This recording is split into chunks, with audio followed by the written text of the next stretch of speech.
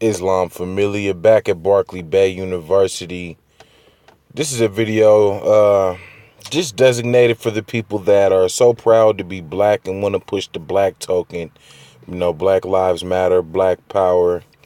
I can't blame you because you don't know any better. So these are the principles on why you need to nationalize and leave that fictitious status alone. It's a status created to enslave you, and I have the proof here.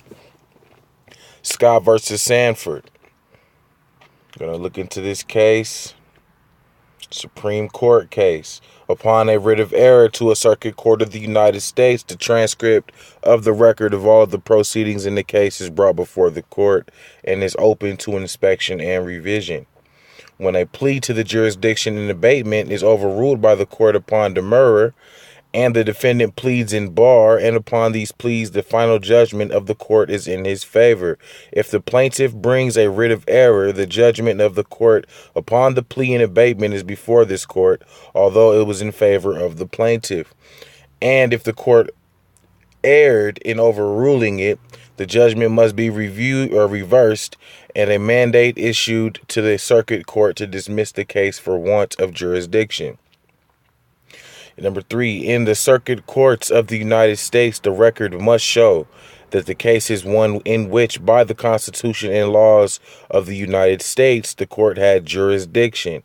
And if this does not appear, the judgment must be reversed by this court, and the parties cannot be consent waive the objection to the jurisdiction of the circuit court. Number 4. A key one, a free Negro of the African race whose ancestors were brought to this country and sold as slaves is not a citizen within the meaning of the Constitution of the United States. So when you claim that you are a Negro or a black or an African American, you are claiming that you are a descendant from slaves that were brought to this country by slave ship. Let me repeat that one. A free Negro of the African race whose ancestors were brought to this country and sold as slaves is not a citizen within the meaning of the Constitution of the United States. When the Constitution was adopted, they were not regarded in any of the states as members of the community which constituted the state, and were not numbered among its people or citizens. Consequently, the special rights and immunities guaranteed to citizens do not apply to them. Consequently, the special rights and immunities guaranteed to citizens do not apply to Negroes. And not being citizens within the meaning of the Constitution, they are not entitled to sue in that character in the court of the United States, and the circuit court has not jurisdiction in such a suit. The only 2 clauses in the Constitution which point to this race treat them as persons whom it was morally lawfully to deal in as articles of property and to hold as slaves. That was the only right you had, to be dealt as property. Since the adoption of the Constitution of the U.S., no state can, by any subsequent law, make a foreigner or any other description of persons citizens of the United States, nor entitle them to rights and privileges secured to citizens by that instrument. So it doesn't matter what instrument you have by any corporation from any state, you cannot be a foreigner or any other description of persons. You cannot be made a citizen if you are not a white Christian. Why do I say white Christian? Because of the Christian codes. We will get into the Christian black codes next. A state, by its laws passed since the adoption of the Constitution, may put a foreigner or any other description of persons upon a footing with its own citizens as to all the rights and privileges enjoyed by them within its dominion and by its laws. But that will not make him a citizen of the United States, nor entitle him to sue in its courts, nor to any of the privileges and immunities of a citizen in another state. The change in public opinion and feeling in relation to the African race, which has taken place since the adoption of the Constitution, cannot change its construction and meaning, and it must be construed and administered now, according to its true meaning and intention when it was formed and adopted. The plaintiff having admitted by his demurrer to be, or to the plaintiff in to the plea in abatement, I messed that all up. The plaintiff having admitted by his demurrer to the plea in abatement that his ancestors were imported from Africa and sold as slaves, he is not a citizen of the state of Missouri according to the Constitution of the United States, and was not entitled to sue in that character in the circuit court. So that's a quick rundown. There's more to it, but you get the big picture. You're not a citizen. You were never intended to be a citizen. You can't be a citizen. No matter what, if you are claiming you are black, if you are a Negro, if you are African descendant, you were never a citizen. They lied to you. You were never a citizen. So, the faster you can get that out of your head, that you are a citizen and that you are equal with white people when you are black, that is the furthest thing from the truth. Black people are not equal to white people because you are not black. They created the words Black American, African American, to put you under their jurisdiction. The Christian black codes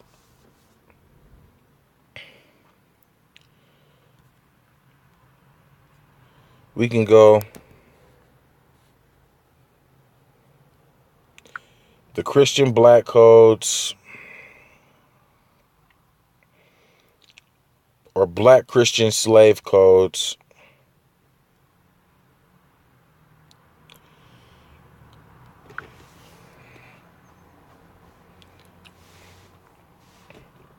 of 1724. The Christian black codes of 1724 were initiated during Reconstruction after the Civil War to control blacks after they were emancipated. Passed by southern states, instead of giving blacks the same rights as white people, the codes limited the blacks' freedom severely. They included that blacks had to be in service of a white person, that they could not have congregations together, and that they could not speak out, and that they could not have weapons. They also included that blacks could not go out without a white supervisor.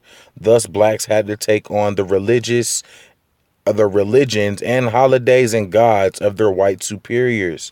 They made you into Christians. This is for all of you black Christians. We were not Christians until we were in captivity.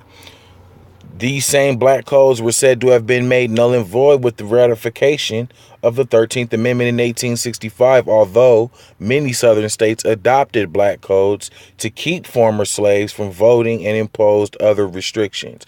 The 14th and 15th Amendments were to supposedly have eliminated these codes, but as you read them down below and study the law of the land in conjunction with religion and politics, you'll discover these codes have been modernized in a disguise, and many are still in effect. Article 1 decrees the expulsion of the Jews from the colony. Jewish people cannot be a part of the colony. Who are the real Jews? Article 2, make it imperative on masters to impart religious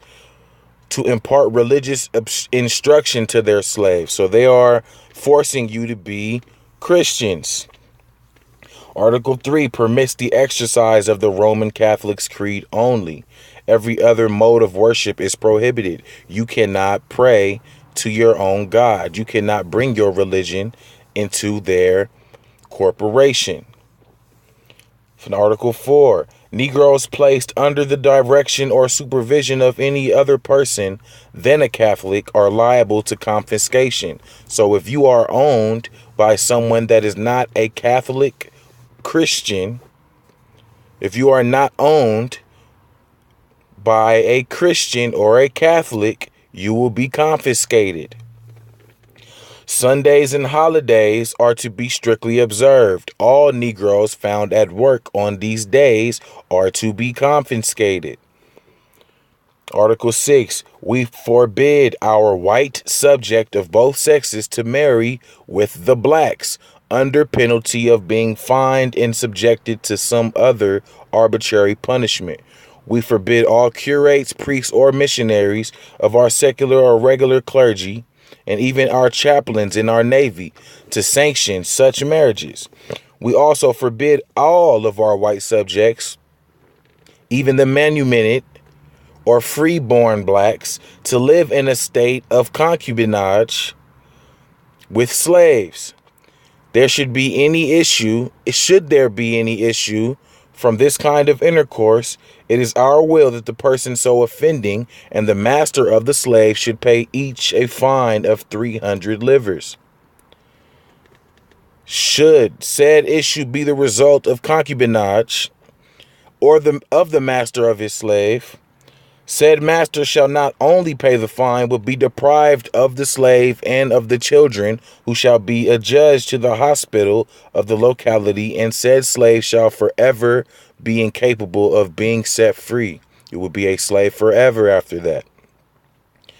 But shall this illicit intercourse have existed between a free black and his slave, when said slave, according to the forms described by the church, said slave shall become free and legitimate, and in such case there shall be no application of the penalties mentioned in this present article.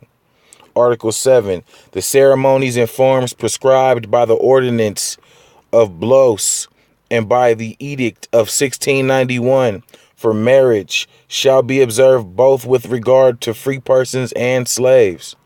But the consent of the father and mother of the slave is not necessary. That of the master shall be the only one required. Article 8. We forbid all curates to process to effect marriages between slaves without the proof of consent of their master. And we also forbid all masters to enforce their slaves into marriages against their wills. Children issued from the marriage of slaves shall follow the condition of their parents, and shall belong to the master of the wife and not of the husband, if the husband and the wife have different masters. Okay. So now they're bargaining over your rights and over your property and over your kids. If the husband be a slave and the wife a free woman, it is our will that their children of whatever sex shall be and shall share the condition of the mother, as be as free as she, notwithstanding the servitude of their father. And if the father be free and the mother a slave, then the children shall be slaves. Article 11. Masters shall have their Christian slaves buried in consecrated ground. See how they have it in quotations. Christian slaves. We forbid slaves to carry offensive weapons or heavy sticks under the penalty of being whipped and having said weapons confiscated for the benefit of the person seizing the same. An exception is made in favor of those slaves who are hunting or are shooting for their masters and who carry with them a written permission to that effect or are being designated by some known mark or badge. Article 13. We forbid slaves belonging to different masters to gather in crowds either by day or night under the pretext of a wedding or for any other cause, either at the dwelling or on the grounds of one of their masters or elsewhere, unless on the highways or in secluded places, under the penalty of corporal punishment, which shall not be less than the whip. You have to get whipped. In case of frequent offenses of the kind, the offender shall be branded with the mark of the flower de lucy, and should there be aggravating circumstances, capital punishment may be applied at the discretions of the judges.